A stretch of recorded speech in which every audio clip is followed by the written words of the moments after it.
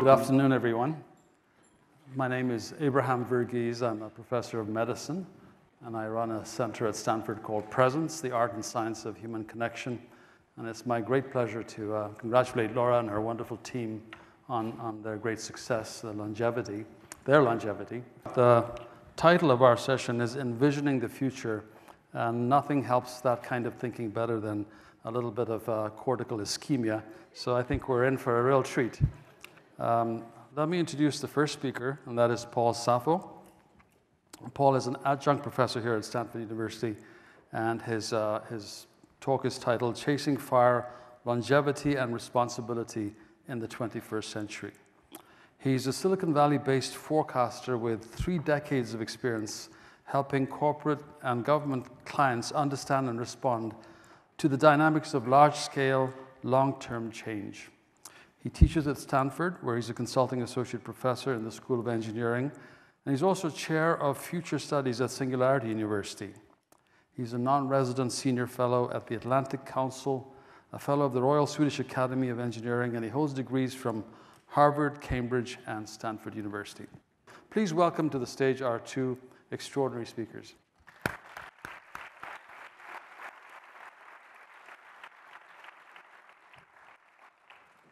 And I'm going to ask Paul to go first. Oh, I guess I won't sit down.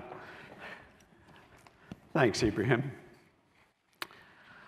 What I want to do is offer a little bit of large-scale context. I suspect that more than anything else, our age is defined by exponentials. Or more precisely, our age is defined as a race between 2 very different classes of exponentials. And the first class we're all pretty familiar with. That would be Moore's Law, that thing that we all take for granted. And I won't ask anyone to describe it, but just show of hands, everybody here who's familiar with Moore's Law in some vague sort of way. Thank you, good. I'm among my tribe. We know this one and we take it for granted, and it has amazing consequences. It's why we all carry supercomputers in our pockets now from Apple and Samsung and others. We know what it does with computing. It is also, of course, having impacts beyond straight computing. The cost of a photovoltaic cell wattage has been plummeting on an inverse Moore's Law curve, and it's why, of course, we're now at a point where in many parts of the world, solar photovoltaic is below the cost of grid parity, and eventually this marks the end of the oil order completely. I think back to the Arab oil crisis in the 1970s when Sheikh Ahmed Yamani famously observed, someone said, well, are we going to run out of oil? And he said, that's the wrong question. The Stone Age did not end because we ran out of stones. The same now is true for oil, that we have other things replacing it. But of course, this exponential phenomena of growth in capacity and drop in cost is affecting all sorts of areas, including the area that's the main subject of exploration at today's meetings. This is the Carlson curve. How many people know the Carlson curve? Probably fewer, but okay, I'll take a second. So it's the cost per genome. So if we go back to 2001, when Craig Venter scooped the National Institutes of Health and made a monkey out of a certain other scientist who I will not mention, though his last name's Collins, decoding the genome was about $100 million. And then for the next 6 or 7 years, it followed the same curve as Moore's Law in terms of dropping. And something interesting happened right after 2011 or 2007. The cost dropped even faster. So the cost of decoding the genome has been accelerating at a rate faster than Moore's Law. And if you run this out till about 2030, 2035, it means that the cost of decoding the genome in the early 2030s will be approximately 2 cents. And that's a really interesting number, as a colleague of mine at Singularity University, Ray McCauley, observed. He said 2 cents is what it costs in the United States to flush the average toilet. So ask yourself, when decoding the genome costs the same as flushing a toilet, then obviously we will do both things at the same time constantly. And so the idea of constantly checking the genome is an intriguing one, and it hints at the surprise. But what you see with the exponentials that we're seeing in technology, it's more than just acceleration. It's surprise. It's deep, utter surprise. Not just faster, but utterly different. And even in my field, forecasting, we're constantly being surprised. Consider the events in 2012. Nobody in 2005, 2006 was talking about CRISPR-Cas9, and now it's real enough that the lawyers are fighting over it. And in just a hint of what's going to come out of CRISPR-Cas9 is breathtaking, but there's a sense that there's much more waiting in the wings. That technological exponentials are truly potent planetary force today, changing and touching and changing our lives, and this is just the beginning of it. At the same time, there is a second set of exponentials, and those would be exponential challenges. And that's where the race falls, is between the enabling exponential opportunities on the one hand and the exponential challenges. Things like population growth. This is 10,000 years ago to the present, and as the arrow indicates, you are here somewhere to the right and above the uppermost point on that chart. Anybody who looks at that, you look at a curve like this and you say, well, clearly that is not sustainable.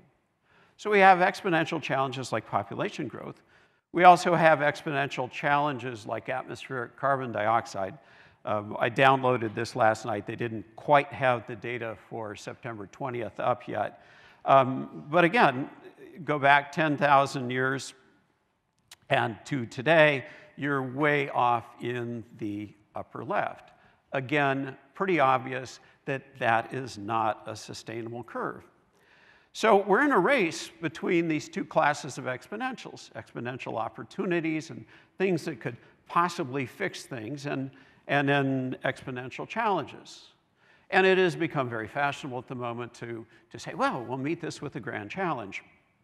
I'm really sick of the term grand challenge. It was a great term in 2004 when DARPA used it for the first robotic race across the desert.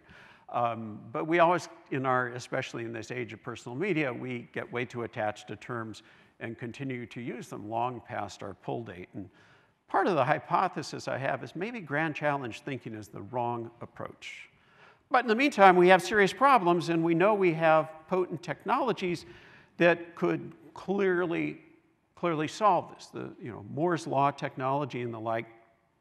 But also, it's important to keep in mind.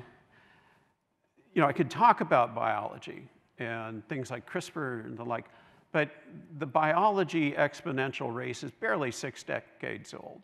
Arguably it started in 1953 with Watson and Crick and discovering the helical nature of DNA. So let me give you a different example that's been running a little bit longer, and I think we'll see the analogies to the life sciences.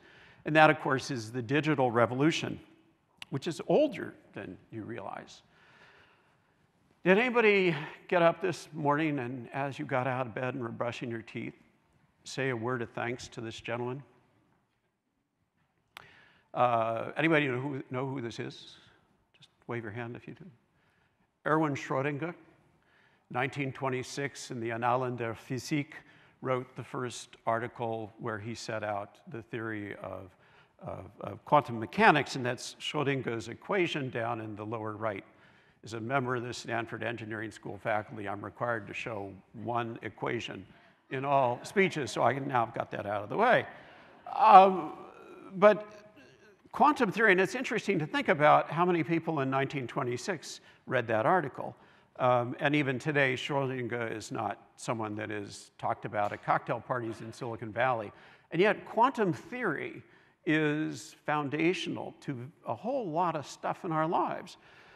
For example, quantum theory led to, in 1951, Chuck Towns inventing the theory that would be the basis for laser technology. Here he is with the first maser. And that, of course, would then go on to Mayman and the laser and the like. And what's interesting is when we get something new, it always takes time for society to figure out what it's good for. You know, when I think of Schrödinger, I also think of that famous conversation between Faraday and Gladstone. You know, 1850, Gladstone was head of the Exchequer, and Michael Faraday was talking to him describing electricity, and Gladstone said, "Well, sir, what is this electricity thing good for?" And Faraday, of course, observed, "Well, sir, you will tax it." But even then, we still don't quite understand it. So when lasers, you know, were invented and became very au courant, everybody thought, of course, it would be this. I would have showed an image from Looney Tunes, but it was higher res to pull from Mars Attacks. Of course, we would use laser weapons to shoot each other. And we're still waiting for those. But long before that, we got the real surprises that came from lasing. Broadband telecommunications, optical storage. You basically can't send a tweet to anyone without touching a laser. And then even more surprising things. This is an image from the ESO VLT up on down South America, using lasers to create adaptive optics so that we can get detailed pictures of the Milky Way. Of course, the biggest impact of quantum theory was it's the theoretical underpinnings to the invention of the transistor. Here's Bertain, Bardeen, and Shockley. You know, just before Christmas 1947, they built the first transistor. There was exactly one, and it was a little bit bigger than my thumb.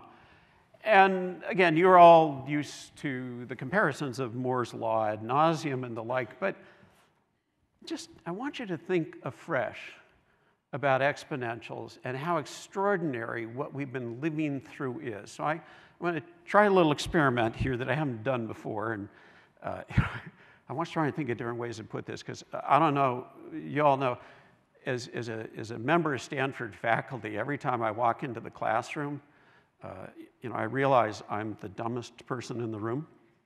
So you try to find ways to explain things. I also know what the definition of middle age is. Back in 2008, a good friend of mine, same age, also from Stanford, and we were both skating vaguely towards 50 and around 2004, and I said, you know, Richard, I know the definition of middle age. I own a house in Silicon Valley that I could not afford to buy at market prices, and I'm now a professor at a university that most assuredly would not admit me again as a student. We had another conversation right after the 2008 crash, and noting the drop in house prices, I said, well, you know, now at least I could afford to buy my house. I feel so much younger. But here's the analogy to think about. So I mentioned the early, let's go back to the Milky Way. And this is actually not the Milky Way, this is the Andromeda Galaxy, because of course we can't get a picture of the whole Milky Way yet. And there are approximately 100 billion stars in the Milky Way, which seems like an extraordinarily large number. But as I was sitting talking to some students and thinking about this, I realized that the iPhone 8 has 2 billion transistors in it. So a room of Stanford students with their smartphones has more transistors in that room than there are stars in the Milky Way. And this is accelerating. The last year we have good numbers, the estimate was that in 2014, and this is the number down the lower right, we produced 250 billion transistors on this planet. And that number actually starts to begin to approach the number of stars in the known universe. So we're making brains, we're making processes faster in such numbers that we're sort of shooting past the number of stars around. And Schrödinger, why did I mention Schrödinger? All of this happens to be underpinned by quantum mechanics and quantum theory. So an interesting question to ask yourself is, what percentage of the US economy is based on quantum.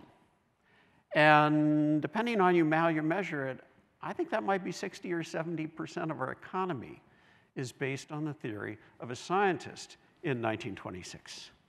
So think about that, and now apply that to the life sciences and biology, and think about where things could actually be going. You know, we got the other example, you know, in the last month, so we now have so-called living drugs. And one looks at this and say, the good news is we can cure your leukemia. The bad news is hand over $500,000. One hopes that what will happen here is this will follow the price-performance curve of Moore's law, and what is rare and dear today will now be very inexpensive, sort of like the human genome. And that puts a sharp point on it. This is a race between exponentials. Exponential challenges, and then hopefully exponentially enabling technologies that will solve the problem. And I'd like to say that the technology is potent enough that it'll solve it. I'm just not so sure. Let me give you an analogy. So you all probably remember, it was almost exactly a year ago today, that we had a little fire down off of Mount Umunhum. And here's the picture of the fire, 2:42 p.m., just after it started. And luckily there was a UPS driver driving past, and he took this picture. And you know, the whole idea of a fire department is they want to get to a fire early, because the longer you wait, the harder it is to put out. They not only got the notice immediately, the fire department was there immediately. That's a fire department helicopter down in that picture. So you say, hey, that's great. They'll be right on this one, and it ain't going to be much of a fire. Well, that was 2:42 p.m., and everything, all the resources in the valley rolled, and everybody was up chasing this fire. This is how it ended up on October 8th at 6:15 p.m. Over 15 days of fight, 5,000 acres, nearly 5,000 acres burned, 26 structures destroyed, over almost 400 fire personnel and 26 agencies, which is quite remarkable that they saw it start, and yet it still took us 13 days to put it out. Well, that I think is our challenge. The problem is fires grow exponentially. Fire trucks accelerate linearly. And so even as the fire truck, the lights are flashing and it's going faster and faster down the highway, compared to the fire, that fire truck may as well be going in reverse, because even as it's accelerating, it's falling further behind. And I think that's the real challenge we all face, is that we think we're racing ahead, but in fact, when it comes to meeting the challenges and the consequences of the technology we invented, we're falling further behind. So in closing, I can't walk away without offering a solution. I think the secret is not to make the fire trucks go faster, but to get there early. You know, fast gets all the attention. Hey, grand challenge, I saved the world. You know, if I see one more grand challenge, I'm going to run screaming in the opposite direction. Fast gets the attention. Slow has the power. And as an example of the power of slow, consider Charles Keeling. I showed the Keeling measurements earlier. This is the last week of the Keeling curve. He started his project in 1953. He liked building gas manometers, and everybody thought he was crazy but harmless academic. You know, why would anybody measure atmospheric partial pressures on a regular basis? And thanks to the IGY, the cover for the CIA spying on the Soviets, he got some funding and he tootled along. And as a result, we have the longest continuous record of carbon partial pressures that's ever been taken. Imagine how much harder the climate debate would be if we did not have the Keeling curve data. Not a fire truck with flashing red lights, but quietly in the background doing something that ended up becoming precious beyond measure. By the way, one institutional lesson here, notice there was one break in this data. 1964, Congress, turns out congressional shutdowns are not a new thing. And then my favorite was in 1975, decades after Keeling started, all of a sudden everybody realized that atmospheric partial pressures might be an important thing to look at. And so the NOAA, the DOE, and the NSF all came to Keeley and said, thank you very much. This is wonderful. You did this work. This is really important. So we'll take it over because we can't trust a Caltech academic to do it. And luckily, they did not succeed, and the Keeling curve continues to today. So that's the power of slow. It's the power of quiet continuity, and it's the power of starting early. And in a period of rapid change, we need to start earlier than ever, and we need to look longer term than ever. And I'll close with a parable about this. It's a parable that was first told by Gregory Bateson in the 1960s. Who here is from Oxford? Any Oxonians in the room? Don't see any. Well, if you've ever been to Oxford, if you wander down Holywell Street and come in from Jewett Walk, you'll arrive at New College at Oxford. And of course, like most Oxbridge colleges, New College is not new. It was founded in 1378.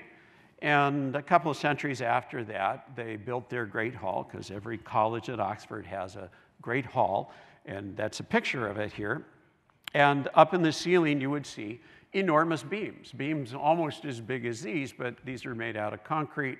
In the Great Hall, those beams are made out of oak. And about 100 years ago, the Dons were having dinner at High Table, and they noticed more than the usual amount of dust sifting down, and they thought, I wonder if that means something. So they brought in a building surveyor, the English term for building inspector, and he went up and he looked at the beams, and he came back down and he said, well, the beams have gone to beetles. They're dry rot, and they'll have to be replaced. And everybody knows oak goes to beetles. Of course, they look up these huge beams, and they thought, my God, nobody sells beams that size. There are not even any trees in England that are that size. And what in the world will we do? And they thrashed around wondering about this, and eventually word filtered out to the college forester, because of course all the colleges at Cambridge and Oxford have the college lands, and they're managed by a college forester. And he came into the master's office and he said, well, your trees are ready.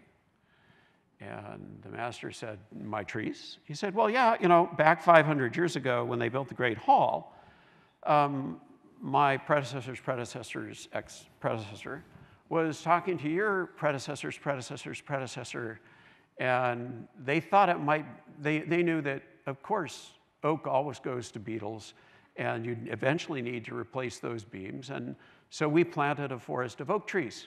And every generation of forester has said to his successor, don't cut down them trees. They's needed for the Great Hall. So your oak trees are ready.